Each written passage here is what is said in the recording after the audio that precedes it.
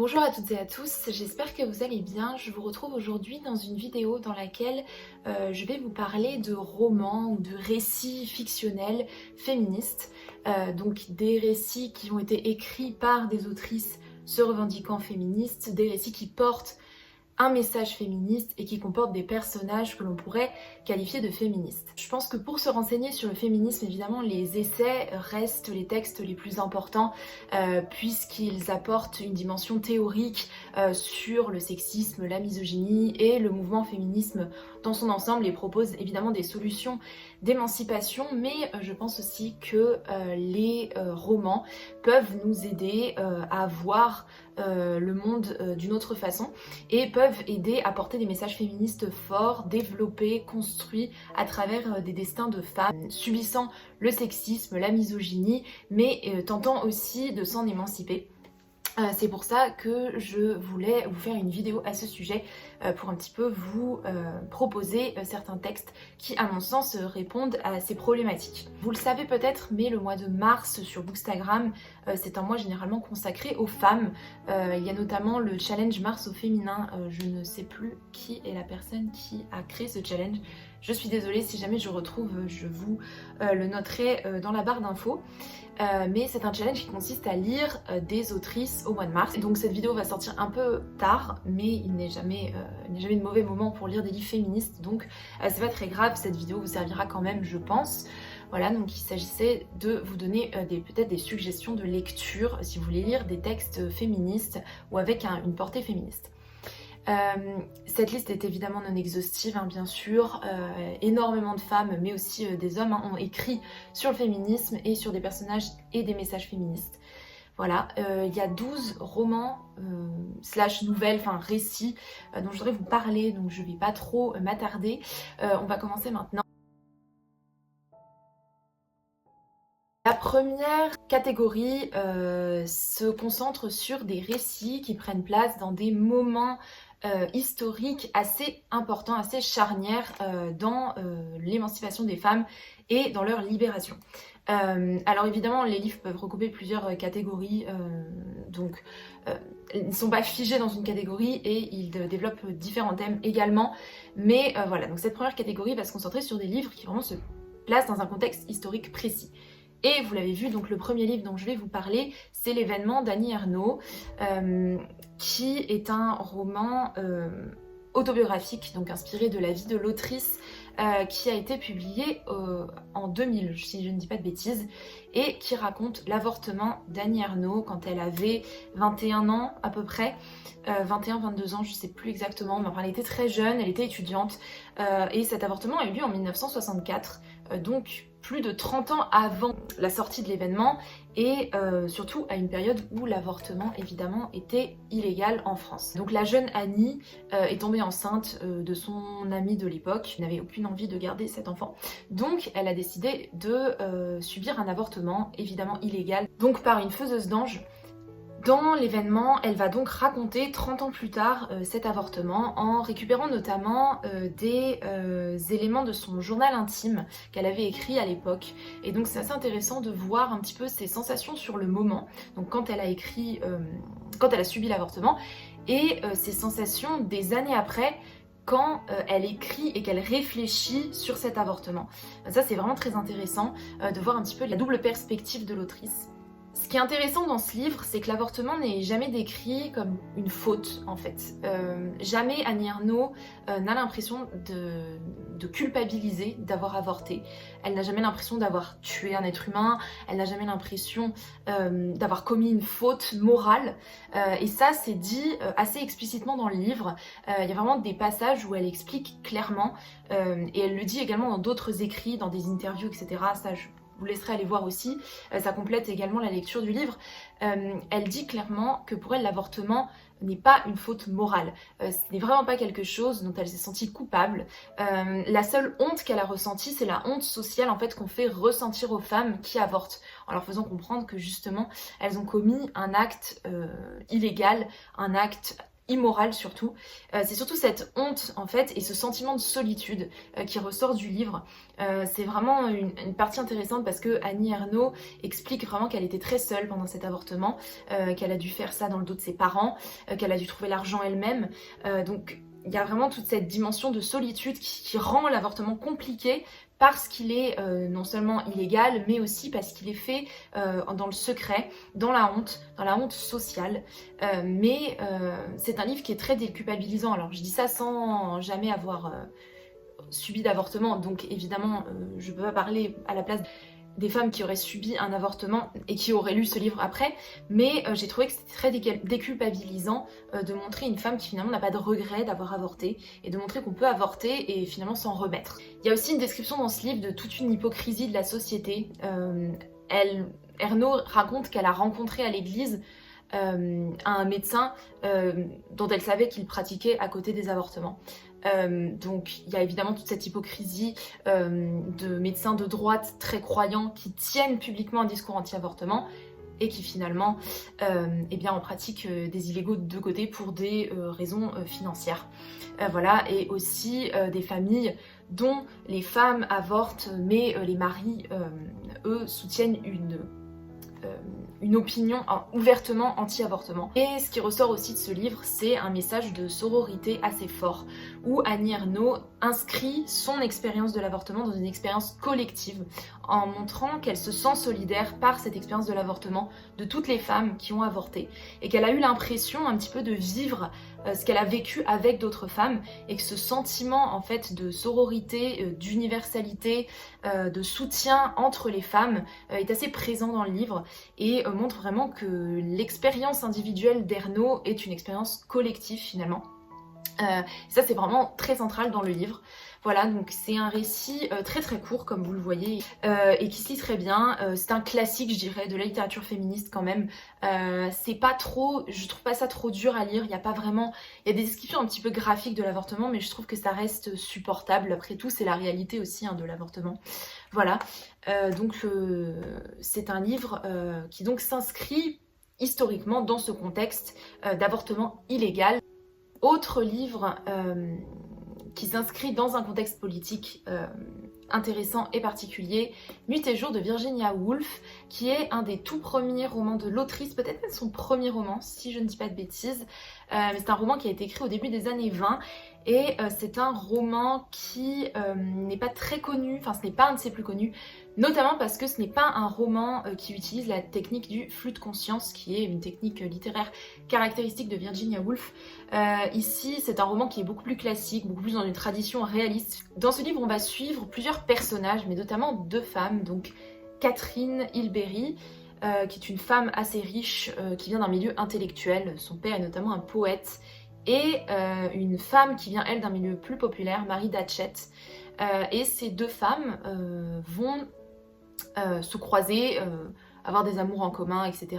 Bon, c'est pas vraiment de l'intrigue principale que je voudrais vous parler ici, c'est plus des intrigues secondaires qui font de ce roman, à mon sens, un livre féministe, puisque c'est un roman qui s'inscrit dans une période politique évidemment majeure au Royaume-Uni lors des années 20, qui est bien évidemment le suffragisme et les luttes pour le droit de vote des femmes. Marie Datchet, en effet, est un personnage très intéressant puisque c'est une suffragiste.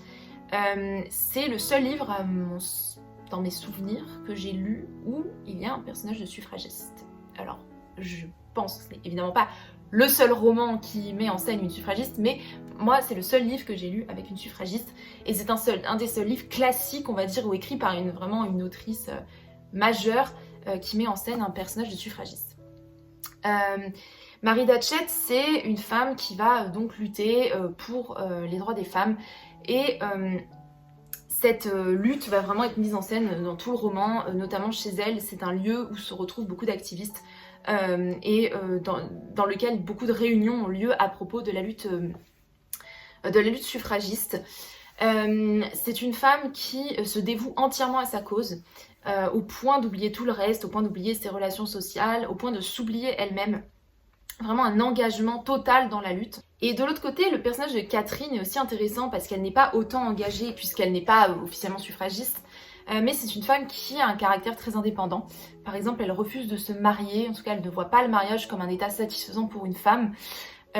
Et elle est passionnée par les mathématiques qui, encore aujourd'hui, est une discipline qui est souvent associée à la masculinité, aux hommes et pas aux femmes. Et Catherine, elle, va se passionner pour les maths. Elle va vraiment passer des nuits et des nuits et des nuits à réfléchir sur les mathématiques, à faire des théories mathématiques. C'est vraiment une passion pour elle et c'est quelque chose c'est une passion à laquelle elle n'a pas l'intention de renoncer. Le destin croisé de ces deux femmes est très intéressant parce qu'on a d'un côté une femme engagée, mais qui finalement, tout en étant engagée, n'est pas forcément plus libérée qu'une femme qui n'est pas politiquement engagée, mais qui trouve à travers des passions personnelles une sorte d'épanouissement, d'émancipation, de libération. Il y a vraiment ces deux chemins qui se croisent entre l'émancipation par le mouvement politique, par la lutte, par l'engagement, et au contraire l'émancipation par le destin personnel. C'est un livre assez intéressant.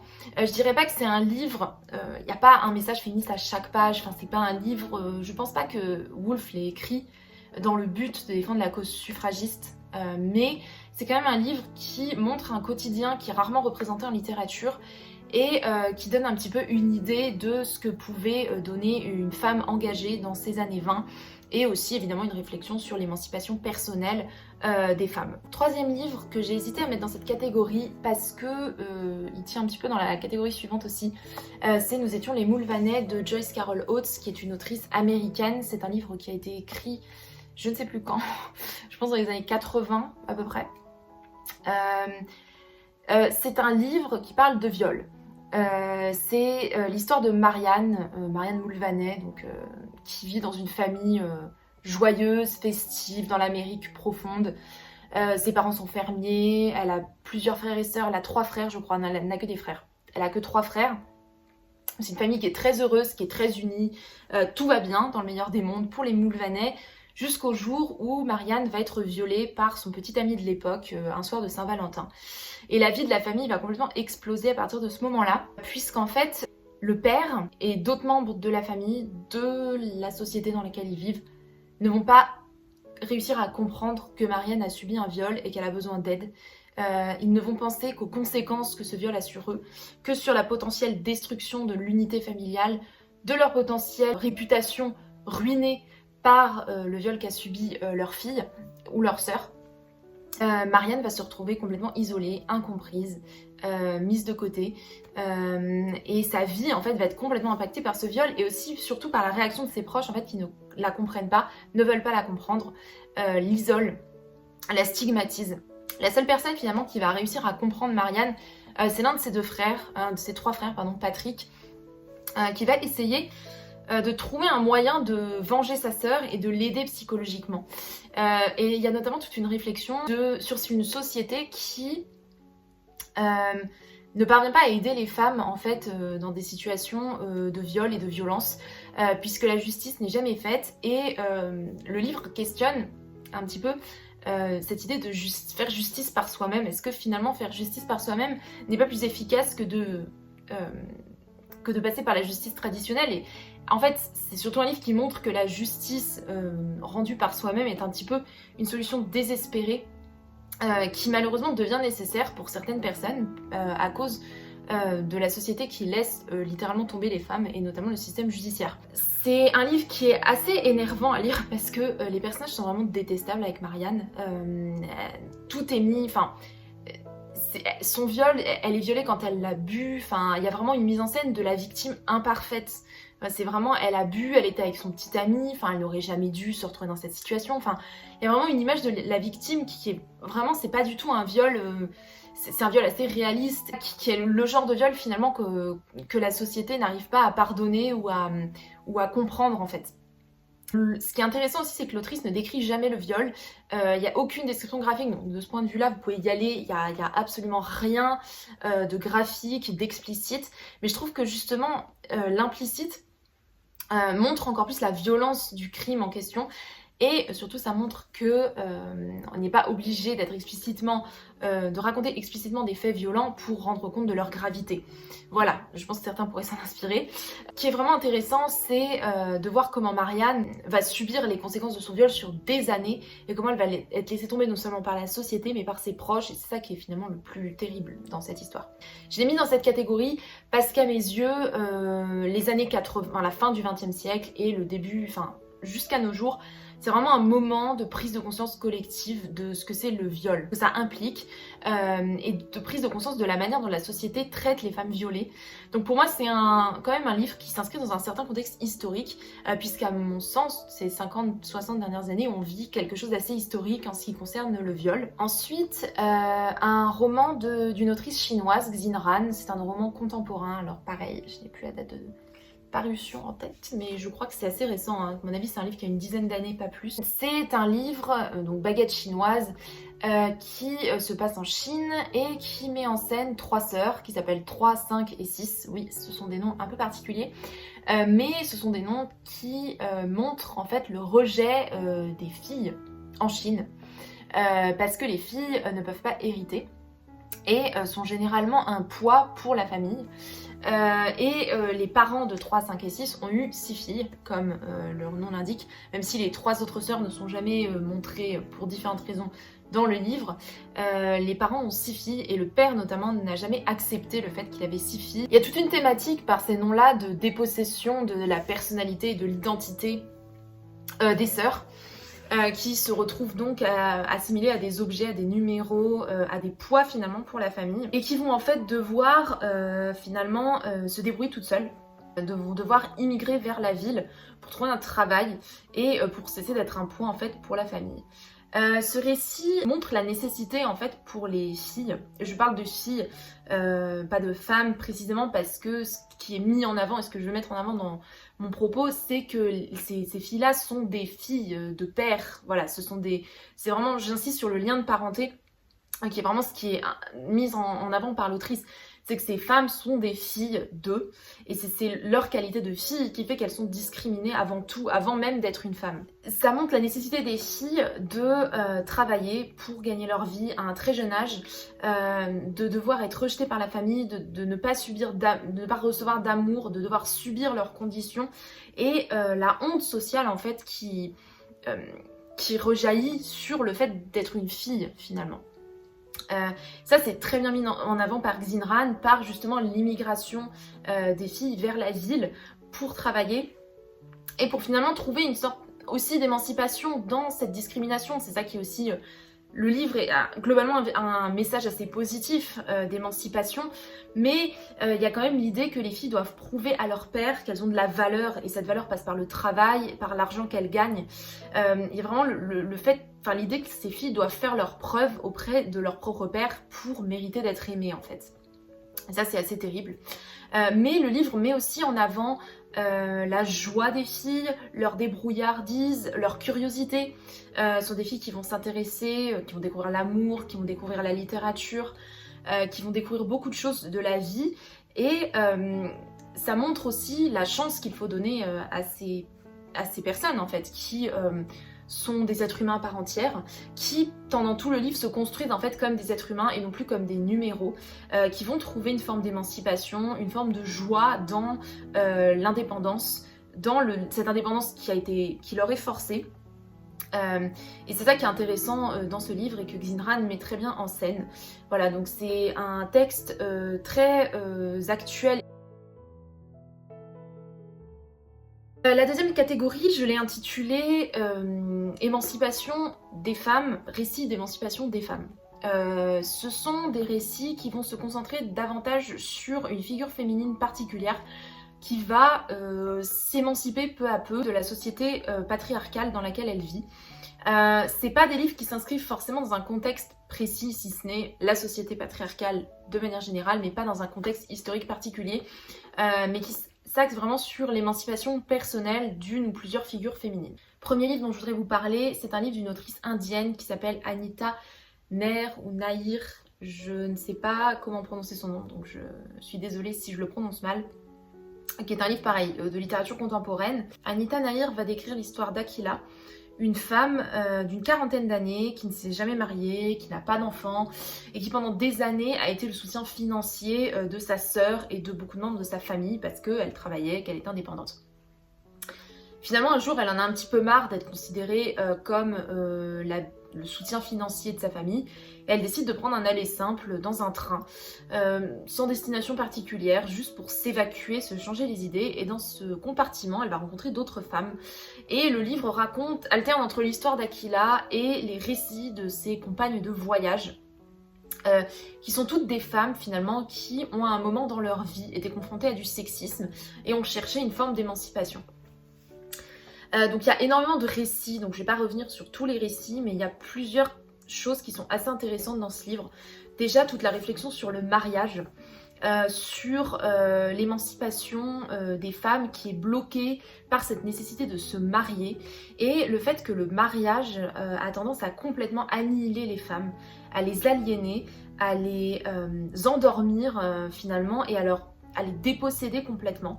Il y a notamment une des femmes qui raconte comment avant son mariage c'était une femme qui était pleine de joie, pleine de vie, très pétillante, très sensuelle aussi, et qu'avec son mariage elle s'est complètement asséchée, elle est devenue morne, triste, un petit peu rangée, elle avait perdu un petit peu cette folie, cette liberté qui la caractérisait avant le mariage.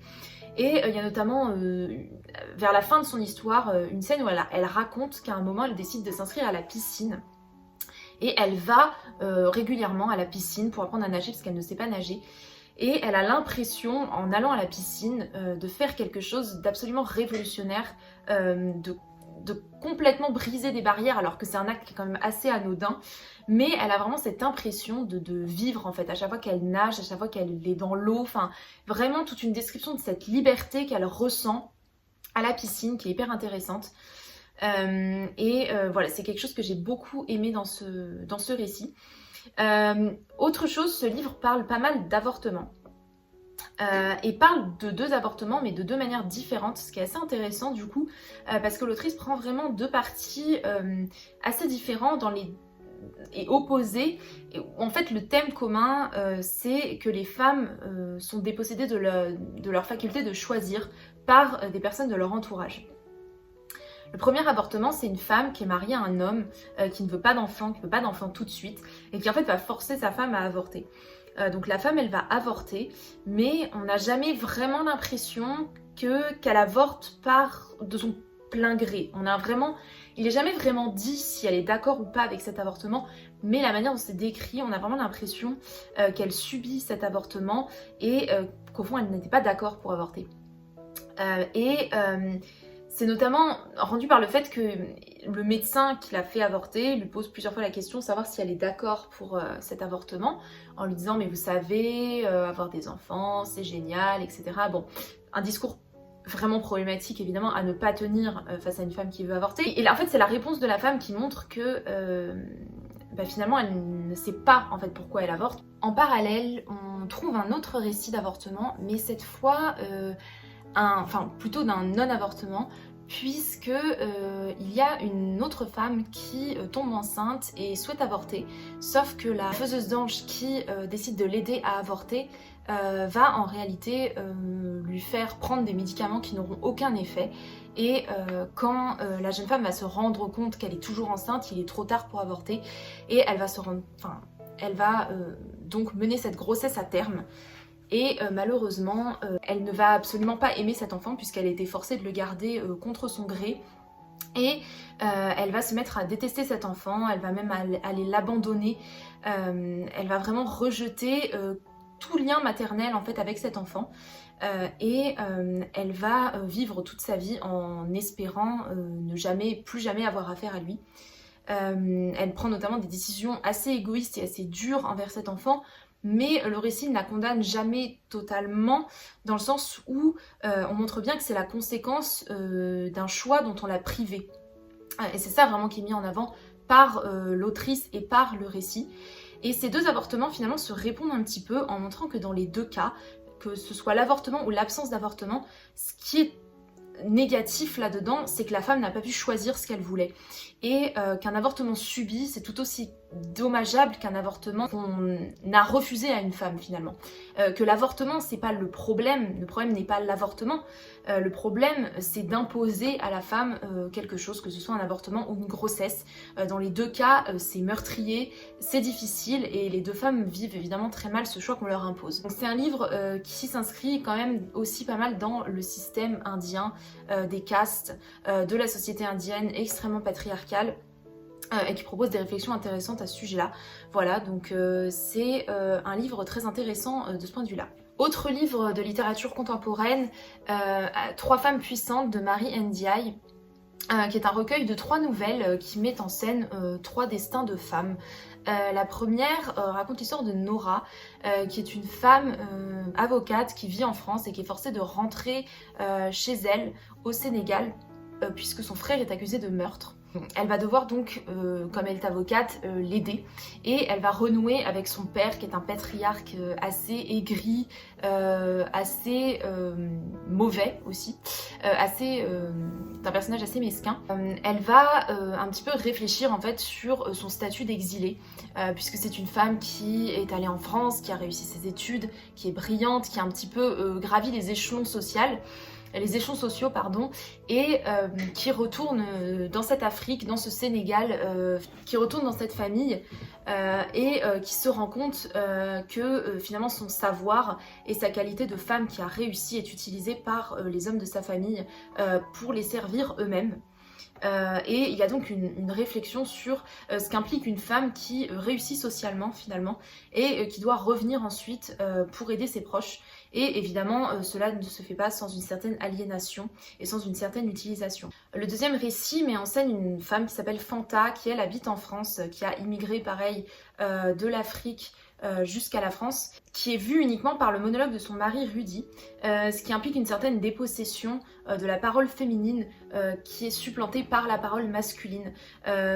Fanta n'est constamment vue qu'à travers le regard de son mari, et qu'à travers ce mari finalement, ce mariage plutôt arrangé, ce mari qu'il a traîné hors d'Afrique pour l'amener jusqu'en France, dans un pays dans lequel elle ne s'est jamais adaptée. Donc il y a vraiment une idée aussi de déracinement qui est provoquée par l'homme et que la femme va finalement subir sans jamais réellement trouver sa place dans ce monde qui est vraiment vu par le regard masculin et dans sa destinée qui n'est vue que par donc ce regard masculin.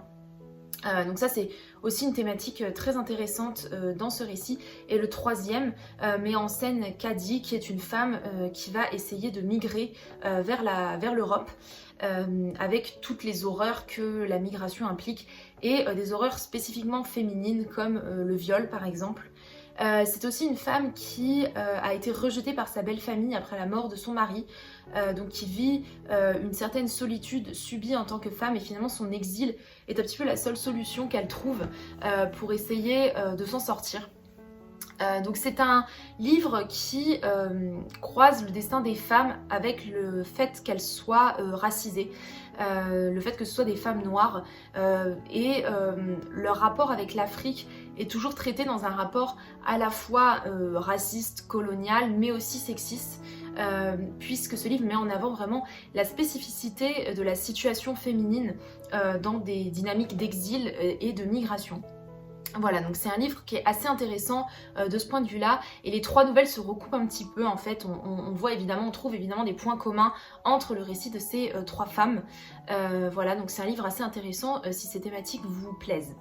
Je retourne sur des classiques du 19e siècle avec La séquestrée de Charlotte Parkins Gilman, qui est une très courte nouvelle d'une 50aine de pages qui raconte l'histoire d'une femme qui est enfermée par son mari dans une chambre. Son mari est médecin et cette femme est décrite comme ayant des pathologies mentales. Elle est décrite comme folle. Et à cause de cette folie, son mari finalement l'enferme dans une chambre dont elle ne peut pas sortir.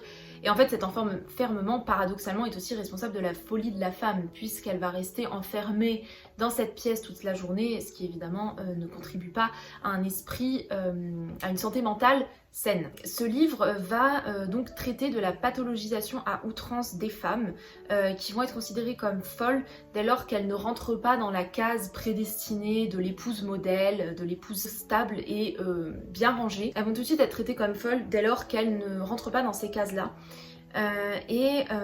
Ce livre montre aussi la domination masculine par le mariage, puisque le mari de l'héroïne est extrêmement paternaliste envers sa femme.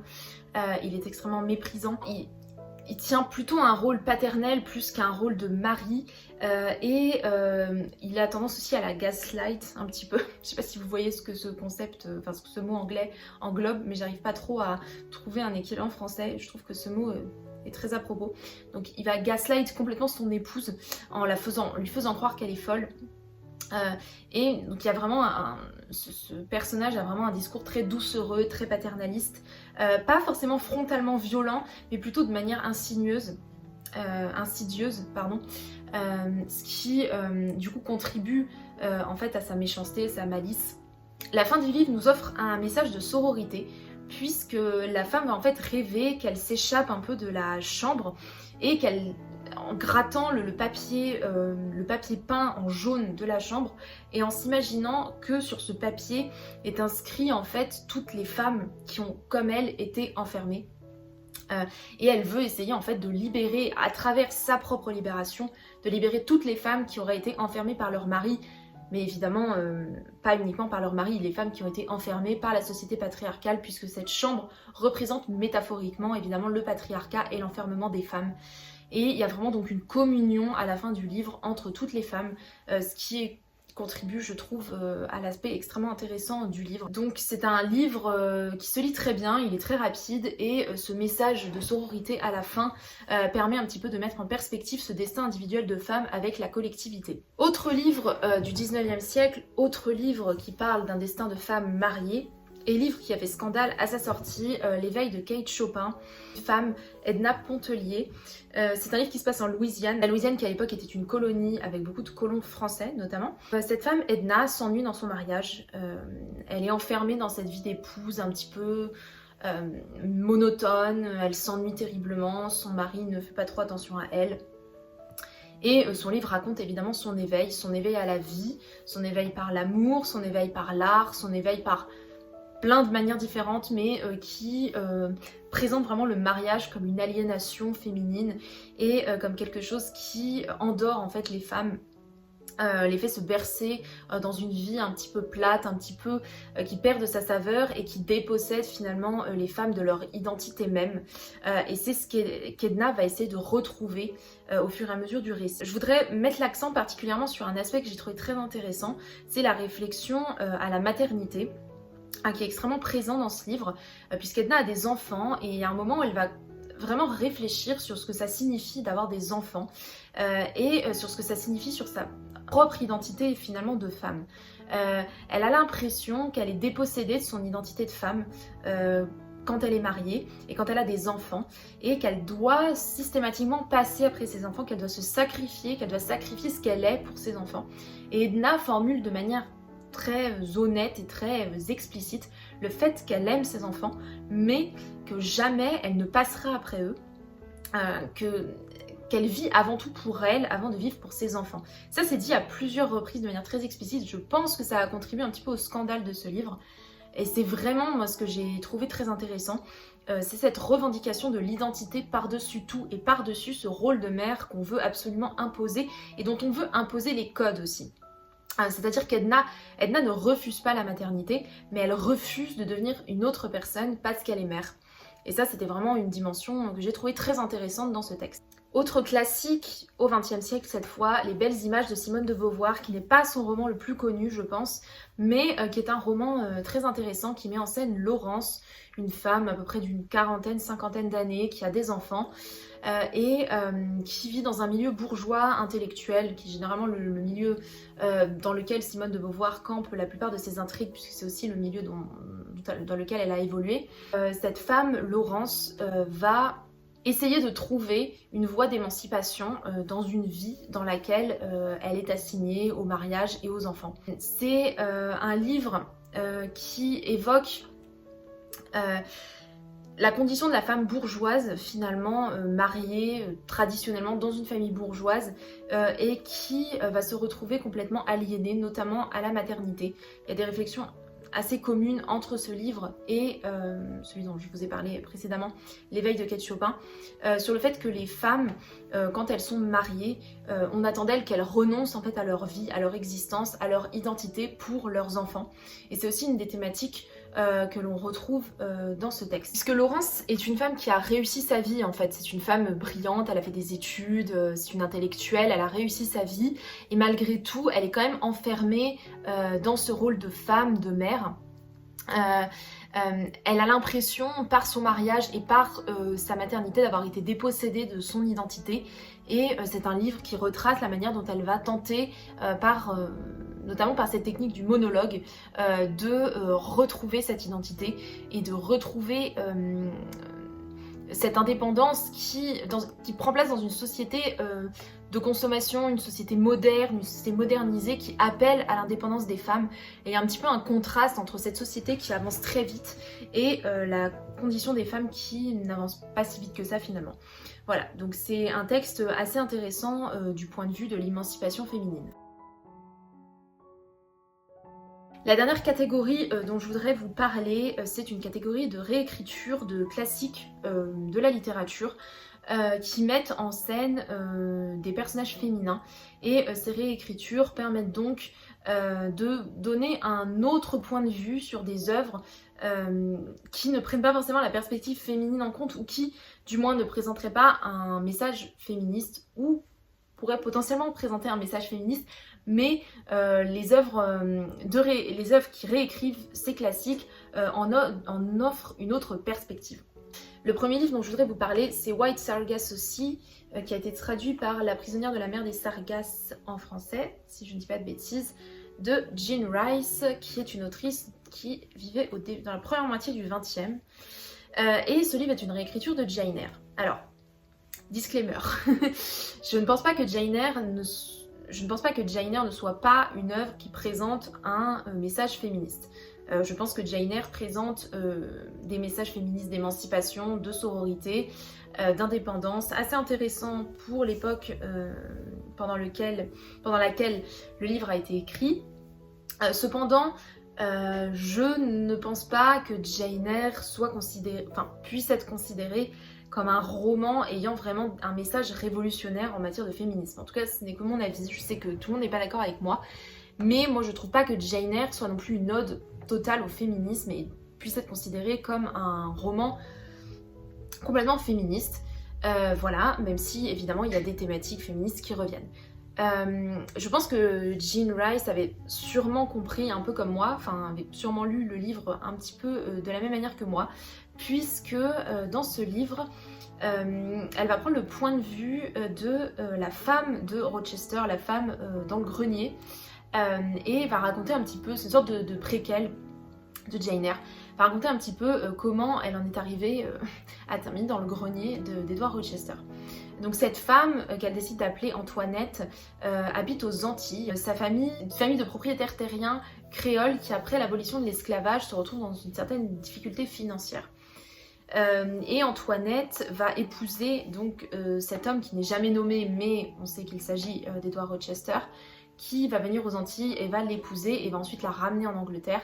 Et ce livre va raconter comment Antoinette va sombrer peu à peu dans la folie, comme sa mère, mais comme cette folie va être un petit peu, provoquée aussi par Rochester, qui va encore une fois la gaslight, en lui faisant un peu croire qu'elle est folle. Il va notamment l'appeler Bertha, donc il va l'appeler par un autre nom que son véritable nom, allant jusqu'à la déposséder complètement de son identité et même de son humanité, puisqu'elle devient complètement folle. C'est un livre qui dénonce évidemment le racisme de Rochester et de ces hommes blancs qui viennent dans les colonies pour prendre des femmes étrangères racisées, qui ne considèrent pas ces femmes comme des personnes à part entière, mais au contraire comme des objets dont ils peuvent faire ce qu'ils veulent. y compris les rendre folles et les enfermer dans un grenier. Le livre va donc mettre l'accent sur le problème de l'identité de cette femme dans le grenier, qui dans Jane Eyre est décrite avec certains traits un petit peu exotiques, comme si elle était racisée. Et ça, c'est une dimension, je pense, sur laquelle l'autrice voulait mettre l'accent, sur cette dimension un peu raciste et colonialiste qui sous-tend le texte de Charlotte Brontë, sur cette femme quand même mystérieuse enfermée dans le grenier, dont on ne sait pas grand chose et qui en fait est caractéristique de l'enfermement sexiste et raciste d'un homme blanc sur une femme racisée. Donc cette réécriture permet de donner un contrepoint et d'un petit peu résoudre ce problème de femme enfermée, de ce qu'elle peut signifier, de ce qu'elle peut dire de la domination masculine, de la domination colonialiste. Donc c'est un livre qui apporte un point de vue intéressant sur Jane Eyre. Voilà, ça n'invalide pas évidemment les messages féministes qu'on peut aussi trouver dans Jane Eyre, mais ça permet de donner un autre point de vue aussi sur le personnage de Rochester. Donc c'est un livre assez intéressant de ce point de vue-là. Réécriture cette fois d'un mythe et pas d'un livre en particulier, Médée de Christa Wolf, qui est une autrice allemande. Ce texte a été écrit à la fin du XXe. C'est un livre qui va réécrire le personnage de Médée.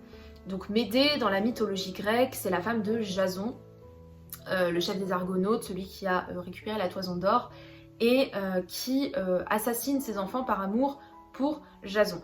Donc c'est présenté comme une femme folle, violente, meurtrière. C'est un personnage qui n'est absolument pas sympathique ni positif. Mais le personnage présenté par Christa Wolf dans ce livre n'a absolument rien à voir avec la Médée que l'on connaît. Ici, Médée est effectivement accusée d'avoir tué ses enfants, mais en réalité, elle ne l'a pas fait. Médée est effectivement en couple avec Jason, mais Jason n'est absolument pas la victime dans ce couple. Au contraire, c'est un homme qui est considéré comme faible, qui est considéré comme dépossédé de caractéristiques viriles, dominé par Médée, mais qui va extrêmement mal vivre le fait que ce soit un homme faible et que Médée, au contraire, soit une femme forte, émancipée.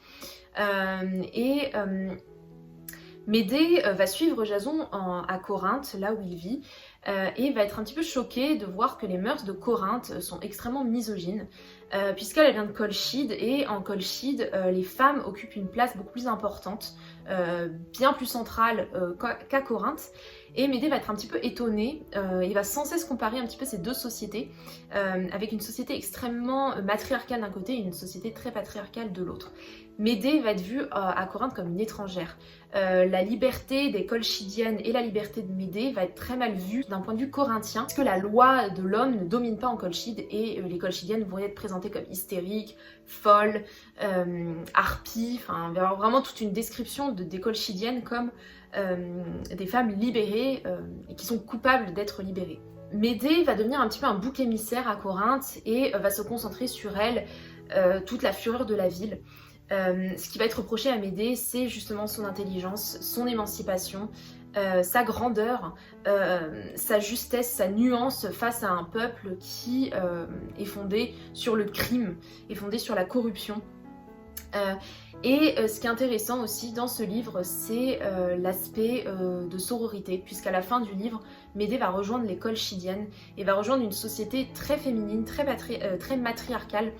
Il y a vraiment un message de sororité et d'union de ces femmes dans ce livre, qui est inspiré un petit peu de l'expérience de Christa Wolf, qui a été accusée d'avoir travaillé pour la Stasi, donc la police est-allemande, et d'avoir été un petit peu un bouc émissaire quand il y a eu, après la chute du mur de Berlin, un petit peu des procès par rapport à cette Stasi. Et Christa Wolf va être pointée du doigt pour ses agissements en faveur de la RDA. Ce livre met un petit peu en scène une femme accusée. Alors, Christa Wolf n'était pas vraiment accusée à tort pour le contexte, mais en tout cas, Médée, elle, est accusée à tort. Et ce livre montre la violence acharnée sur une figure féminine qui finalement n'est coupable que d'être libre. Ce livre nous invite un peu à voir Médée d'un autre point de vue, finalement, d'une femme qui doit subir l'infidélité de Jason et dont la colère, évidemment excessive dans la mythologie, reflète finalement une condition féminine bafouée par les hommes. et aussi le fait que Médée soit présentée comme un monstre pour des choses qu'elle n'a pas commises. Voilà. Donc c'est un livre qui est très intéressant. J'en entends assez peu parler sur Bookstagram, Booktube, donc je sais pas si vous connaissez bien ce livre, mais en tout cas je vous le conseille vraiment, c'est assez intéressant, même au niveau du style. C'est vraiment un livre qui remet certaines choses en perspective. Si vous aimez la mythologie, je vous le conseille. Rapidement, dernier court texte dont je voudrais vous parler, c'est un monologue de Margaret Atwood qui s'appelle Gertrude Talks Back. Je vous le mettrai dans la barre d'infos, c'est un monologue d'une page à peu près, donc il est disponible en PDF sur internet, ça se lit en 10 minutes. Qui met en scène Gertrude, qui est la tante d'Hamlet dans Hamlet de Shakespeare. Et dans ce monologue, elle dit que c'est elle qui a tué le père d'Hamlet et non pas Claudius, donc l'oncle d'Hamlet, qui est responsable normalement de la mort du père. Ici, Gertrude, en fait, se réapproprie en quelque sorte la mort d'Hamlet. Et ce texte a comme mérite de mettre un peu en scène une parole féminine mise de côté dans la pièce. Je dirais pas que c'est forcément un livre qui entend... Enfin, que c'est un texte qui entend pointer du doigt le sexisme de Shakespeare ou le sexisme de la pièce, mais c'est un texte qui permet de donner la voix à un personnage secondaire féminin, finalement très effacé dans un monde très masculin dans Hamlet, et qui va montrer finalement que la femme forte c'est elle et que Claudius finalement n'est qu'un faible. C'est une femme qui a un discours extrêmement politique, extrêmement argumenté. Ça permet un petit peu de redonner une voix à ces personnages féminins de la littérature, souvent mis en retrait pour les personnages masculins. Voilà, donc c'est une réécriture féministe assez intéressante d'Hamlet, extrêmement courte, donc il n'y a pas non plus 10 000 choses à dire sur ce texte, mais je voulais quand même vous le mentionner parce que quand j'ai réfléchi à des réécritures, c'est vrai que celle-ci m'est venue en tête. Voilà, c'est tout pour cette vidéo, j'espère qu'elle vous aura plu. C'est évidemment pas du tout exhaustif, donc si vous avez des recommandations de livres, de romans, de nouvelles, de récits féministes que vous voudriez recommander, n'hésitez pas à le dire en commentaire. Voilà, je vous ai mis tous les livres évidemment en barre d'infos, j'espère que ça vous aura donné des idées et des envies de lecture. J'ai essayé de prendre des livres de périodes et d'autrices de pays différents, voilà, histoire de varier un petit peu les plaisirs. Voilà, donc j'espère que ça vous aura plu. Certains livres ont été lus il y a assez longtemps, donc peut-être que je suis pas tout à fait précise sur les descriptions, mais c'est parce que ça date un petit peu dans mon esprit, voilà. Mais j'espère quand même que vous y aurez trouvé des analyses qui vous auront plu. Et je vous dis à très bientôt pour une prochaine vidéo.